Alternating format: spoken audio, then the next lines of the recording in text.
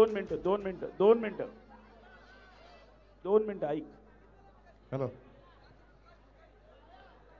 आज जो महाराष्ट्रात दहीहंडीचा सण एवढा मोठा झालेला आहे, त्याचं सर्वप्रथम मोठं स्वरूप खरं तर आनंद दिघे साहेबांनी टेंबेनगर सुरू केलं आणि त्याच्यानंतर मला असं वाटतं की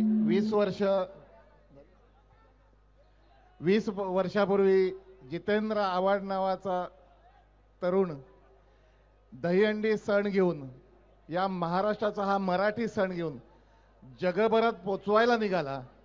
स्पेनचे जे गोविंदा आज सगळीकडे आपल्याला दिसतात, त्यांना महाराष्ट्रात नव्हे तर आपल्या ठाण्यात घेऊन येणारा पहिला माणूस म्हणजे डॉक्टर जितेंद्र आव्हाड.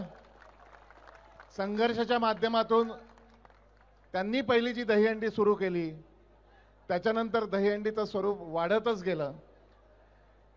आज व्यासपीठावर खरं तर असे